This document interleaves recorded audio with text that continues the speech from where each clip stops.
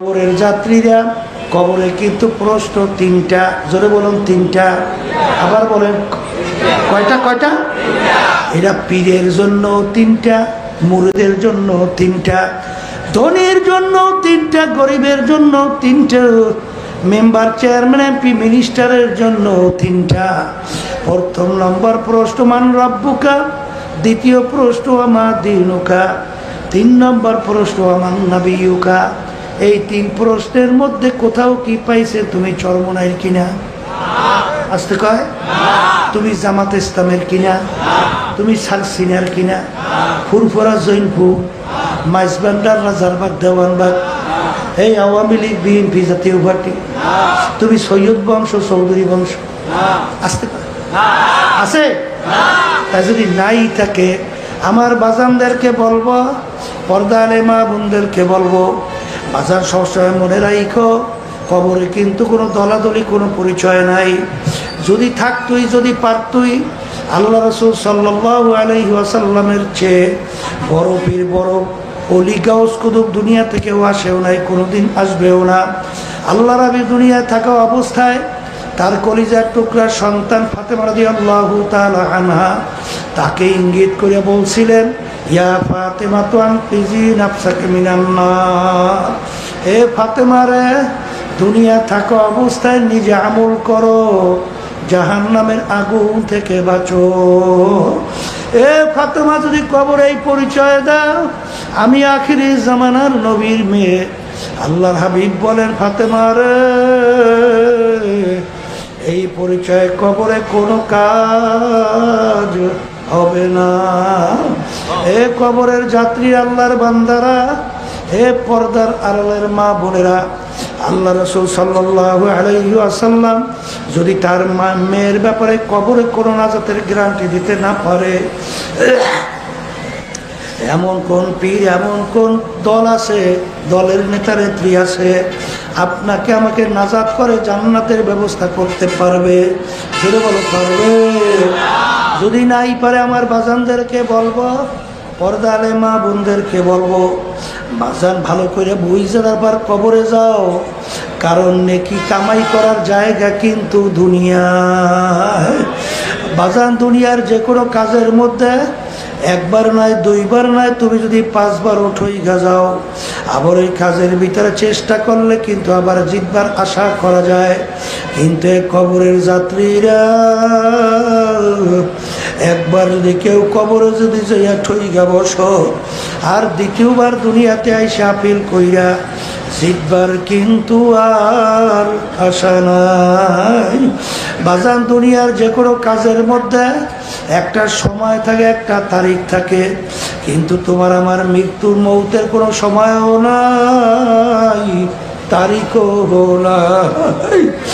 কার কখন কোন সময় রওনা করা লাগবে, এই জন্য আমার বাজানদেরকে বলবো, পর্দারে মা বোনদেরকে বলবো, বাজান মনে করছেন আমরা হুজুরেরা কিছু বুঝি না, বাজান বুঝা শূন্য কিন্তু দাড়ি রাখছি, বুঝা শূন্য কিন্তু মাথায় টুপি রাখছি, বুঝা শূন্য কিন্তু লম্বা জামা গায়ে দেয়, বাজান বুঝা শূন্যই কিন্তু আল্লাহ রাসূল সাল্লাল্লাহু আলাইহি ওয়াসাল্লাম বলছেন, যেই হারাম মালের দ্বারা রক্ত এবং গোশত তৈরি হবে তার জায়গা জাহান্নাম ছাড়া হবে না। বুঝা শুনে কিন্তু আল্লাহর ফজল করমে হারাম মাল থেকে আল্লাহর ফজলে বাইসা থাকার চেষ্টা করি। কারণ বাজান, ভালো করে চিন্তা করে দেখছি, দুনিয়া কিন্তু ক্ষণস্থায়ী। দুনিয়া কেউ শান্তি চাইলে কোনোদিন কেউ পায় নাই, কেউ কোনোদিন পাবে না। আসলে বাজানদেরকে বলবো, মাঝে মাঝে একটু চক্ষু বন্ধ কইরা দুনিয়া নিয়ে একটু মোরাকাবা করো, আখিরাত নিয়ে মোরাকাবা করো, নিজের বয়সের কথা একটু খেয়াল করো, পিছনের দিকে তাকাই একটু চিন্তা করো, যে সেদিন কেন মনে হয় ল্যাংটা হইয়া দৌড়দৌড়ি করছিলাম, এখন আয়নার সামনে যখন চেহারার দিকে তাকাই দেখি কাঁচা দাড়িগুলা পাইকা সাদা হয়ে গেছে, দাঁতগুলা পইরা গেল। কত লোক নিয়ে একসঙ্গে বাজারে বাজার করলাম, 4 টেবিলে চা খাইলাম, গল্পের টেবিলে গল্প করলাম, এখন বাজারে যাইয়া সেই লোকগুলাকে আর দেখা যায় না। গল্পের টেবিলও নাই, চায়ের টেবিলও নাই। আমার আম্মা কোথায় গেল, আমার আব্বা কোথায় গেল, আমার পড়োশিরা কোথায় গেল? এমন তো একদিন আসবে রে যেদিন দুনিয়ার সমস্ত কিছু চলতে থাকবে, তুমি আর আমি আর থাকবো না। এ কবরের যাত্রীরা, হে মুসলমান আমার বাবারা, হে পর্দার আড়ালের মা বোনেরা, বাজান তামাম দুনিয়ার ইতিহাস পড়িয়া দেখো, একমাত্র মুসলমান জাতি দুনিয়ার মধ্যে বাজান গলা টান কইরা বুক ফুলাইয়া চ্যালেঞ্জের মাধ্যমে বাইচা আছে। অন্য কোনো জাতি দুনিয়ার ভিতরে চ্যালেঞ্জে দুনিয়ায় টিকতে পারে নাই। কথা ঠিক না ঠিক? এ মুসলমান আমার বাবারা, হে পর্দার আড়ালের মা বোনেরা, হে বড় লোক আমার বাবারা, শিক্ষিত আমার বাবারা, আমাদের কেউ গালি দিও না, কোনো লাভ নাই। আমাদেরকে কেউ মন্দ বইল না, কোনো লাভ নাই। কারণ তোমার কবরে তুমি যাবা, আমার কবরে আমি যাব। কাদের জন্য জীবন শেষ করো, কাদের জন্য এই সম্পদ রাইখা যাও, কাদের জন্য সম্পদ রাইখে যাইতে যাইয়া ঘুষকে ঘুষ বলো না, সুদকে সুদ বলো না, ক্ষমতা বলে, দলের বলে, বাজান টেন্ডারবাজি, চাঁদাবাজি, মানুষের আইল ঠেইলা ধোকাবাজি কইরা এর সম্পদ বাড়াইয়া কার জন্য রাইখা যাও? একটু মনকে বুঝাইয়া কবরে যাও। কারণ বাজান ফরিদপুর গেছিলাম, একজন আমাকে বলে, হুজুর ফরিদের ভিতরে বড় একজন ধনী ওই এলাকার মধ্যে মারা যাওয়ার পরে যত অন্ধকার হয়ে আসতেছে, ঘরের ভিতর থেকে ডাক দিয়া বলে তাকে রাত্রে লাশ ঘরে রাখা যাবে না, কারণ লাশ দেখে ছোট ছোট বাচ্চারা ভয় পাইবে। মসজিদের ভিতর থেকে খাট বের কইরা তাকে খাটের ভিতরে উঠাইয়া মসজিদের বারান্দায় সারা রাত্র ফালাইয়া রাখলো। তার কষ্টের কামাই করা টাকার বাড়ি তাকে জায়গা দেয় না। এ বড় লোক আমার বাবারা, বাংলাদেশের ভিতরে এক ব্যাংকার বড় ধনী মারা যাওয়ার পরে লাশ নিয়া বাজান ওই গাড়ির গ্যারেজের ভিতরে ফালাইয়া রাখছে। তার দুই ছেলে বাপের দাফন কাপড়ের ব্যবস্থা না কইরা বাজান তার বাপের রাইখে যাওয়া সম্পদ নিয়ে মারামারি কাটাকাটি ঝগড়াঝাটি করে। এক পর্যায়ে বাপের লাশ পৌঁছা দেওয়ার উপক্রম, ফুইলে ওঠার উপক্রম, কোনো খবর নাই। এলাকার মানুষ চাঁদা ধইরা তারপর তার বাজান দাফনের ব্যবস্থা করলো। কার জন্য সম্পদ রাইখা যাও, কার জন্য হারামকে হারাম মনে করো না, ঘুষকে ঘুষ মনে করো না, সুদকে সুদ মনে করো না। আল্লাহ রসুল বলেন যে হারাম মালের দ্বারা রক্ত এবং গোশত তৈরি হবে, তার জায়গা জাহান্নাম ছাড়া হবে না। আল্লাহ আপনি আমাকে আমাদের সবাইকে মাফ কইরা দিয়ে। এ দুনিয়াদার পাগল, কোরআনুল কারীম এখন আমাদের মাঝে আছে, কোরআনুল কারীমের ভিতরে এখনো চ্যালেঞ্জ আয়াত আছে। বাজান এত শত্রু দুনিয়ার থেকে গেল, বর্তমানে অভাব নাই। এত আবিষ্কার করল, কিন্তু আজ পর্যন্ত কোরআনুল কারীমের মধ্যে কেউ কিন্তু ভুল বের করতে পারে নাই। এখনো কোরআনুল কারীমে চ্যালেঞ্জ দেওয়া, জালিকাল কিতাব লা রাইবা ফিহি। বাজান যদি কোরআনুল কারীম সত্য হয়, আল্লাহর হাবিব সাল্লাল্লাহু আলাইহি ওয়াসাল্লাম তার অল্প বয়সে দাড়ি পাইকা গেল, পিঠ মোবারক গুজা হয়ে গেল। সাহাবায়ে কেরাম বলে, আল্লাহর রাসূল এত অল্প বয়সে আপনার দাড়ি মোবারক কেন পাকলো, আপনার পিঠ মোবারক কেন গুজা হইল? আল্লাহর হাবিব বলেন, আল্লাহ রাব্বুল আলামিন কোরআনুল কারীমের ভিতরে যারা 5 ওয়াক্ত ঠিক মতো নামাজ পড়ে না, যারা ঠিক মতো রমজান মাসের রোজা রাখে না, যারা আল্লাহর হুকুম পর্দা ফরজ, যারা আল্লাহর হুকুম পর্দা ফরজ মানে না, বাজান যারা নাকি ধনী হওয়ার পরে হজ যাকাত আদায় করে না, হারাম হালাল তমিজ করে খায় না, চলে না, আরে যারা সুন্নাত তরিকার উপরে চলে না, এদের ব্যাপারে আমার মালিক যে আযাব গজবের ঘোষণা দিয়েছে, ওই এক সেকেন্ডে আযাব সহ্য করার শক্তি দুনিয়ার কোনো মানুষের নাই। আমার উম্মতেরা কিভাবে ওই জাহান্নামের আগুনে জ্বলবে, এই চিন্তা চিন্তা আমি রসুলের দাড়ি পাইকা গেল, পিঠ গুজা হয়ে গেল। এ কবরের যাত্রী, আল্লাহ রসুল কিন্তু তার নিজের চিন্তা, তার দাড়িও পাকে নাই, তার পিঠও গুজা হয় নাই। তোমার আমার চিন্তায় চিন্তায় আল্লাহর হাবিবের দাড়ি পাইকা গেল, পিঠ গুজা হয়ে গেল।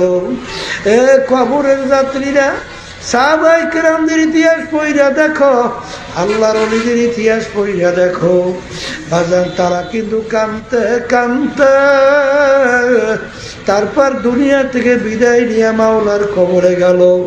কারণ ভালো করে যাই না রাখো, যে দুনিয়ার ভিতরে বেশি হাসবে তার কপালে কিয়ামতের ময়দানে বেশি কান্না। এই জন্য আল্লাহ রাব্বুল আলামিন বলেন, হাল ইয়াদহাকু কালিলাও ওয়াল ইয়াবকু কাসীরা। এ আমার বান্দা বান্দিরা বেশি বেশি কাঁদো, কম কম হাসো। আল্লাহ হাবিব বলেন, মান বাকা মিন খাশিয়াতিল্লাহ হারামাল্লাহু তিলকাল আইনা আলাল্লাহ। যেই চক্ষু আমার মাওলার ভয় কাঁদবে, ওই চক্ষুর জন্য জাহান্নামের আগুন হারাম হইয়া যাবে। এই জন্য আমার ভাইদেরকে বলবো, পর্দা আলে মা বোনদেরকে বলবো, বাজান মানুষ বলতেই, মুসলমান বলতেই মন চায় গুনার থেকে ফেরবে, নেকের কাজ করবে, কলবকে ভালো করে তারপর মাওলার কবরে যাবে। কিন্তু বাজান শয়তান এবং নফস তোমার আমার পিছনে এমনভাবে লাগিয়ে আছে, বাজার নেকের কাজ ভালো লাগে না, গুনার কাজে লিপ্ত করায়। এর থেকে বাঁচার জন্য আমার মালিক তোমাকে আমাকে হুকুম করছেন, ওয়াকুনু মা'আস সাদিকিন, তোমরা সাদিকিন বান্দাদের সঙ্গী হও। এ আল্লাহর বান্দারা, ভালো করে মনকে বুঝাও, দুনিয়া কিন্তু শান্তির জায়গা না বাজান। এখানে কেউ কোনোদিন পায় নাই, কেউ কোনোদিন পাবে না। এই গরম, এই ঠান্ডা, এই স্ত্রী কথা শোনে না, স্বামী কথা শোনে না, ছেলে সন্তান কথা শোনে না, মানে না, শত্রু মিত্র অভাব নাই, রোগ ব্যাধির কোনো শেষ নাই। এরকম করতে করতে একদিন ঘোষণা হবে অমুকে আর দুনিয়াতে নাই। এই জন্য আমার বাজানদেরকে বলবো, পর্দা আলে মা বোনদেরকে বলবো, বাজান দলাদলি বুঝি টুঝি না, তোমার কবরে তুমি, আমার কবরে আমি। আমাদের উদ্দেশ্য হইল যেখানে জড়ায়া থাকলে দিনার দিন আমাদের নেকের দিকে ঝুঁকতে থাকবে, গুনার থেকে ফেরবে, সুন্নাত তরিকার উপরে আমল মজবুত করতে পারবো। ফরজ ওয়াজিব সুন্নাতে মুআক্কাদা তো ছাড়বই না, এমনকি মুস্তাহ্বাব পর্যন্ত পালন করতে পারবো। হারাম মাকরু তাহরিমা মাকরু তানজির থেকে বাঁচতে পারবো। চোখে পানি ছিল না, এখন পানি আসে, পানি টপ কইরা পড়ে। আগে কলবের ভিতরে তাকাব্বুরি, হিংসারিয়া, হব্বে হব্বে মাল, রাগ, অজব, বাজান, রিয়া, হিংসা,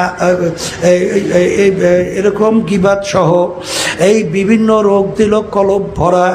এখন দিনার দিন আল্লাহর ফজল রোগ কমতেছে। এরকম জায়গায় যাইয়া তওবা কইরা মাওলার পাগল হইয়া কবরে যাও। কারণ কবরে কিন্তু কোনো দলাদলি নাই, কোনো পরিচয়ও চলবে না। আমার মালিক বড় দয়ার মালিক, আমার মালিক বড় মায়ার মালিক। যদি আমার মাওলার কাছে মাপ চাওয়ার মতো চাইতে পারো, আমার মালিক বলে শুধু তোর গুনাহ আমি মাফ করব তাই না, এমনকি তোর গুনাহকে আমি নেকের দ্বারা পরিবর্তন কইরা দেব। আল্লাহুম্মা আমিন। এ ঘরের মেয়ে লোকেরা হাত উঠাও, গুনার কথা মনে করো, দুই চোখের পানি ফেলাও, মালিকের দরবারে কান্দো আর মাপ চাও।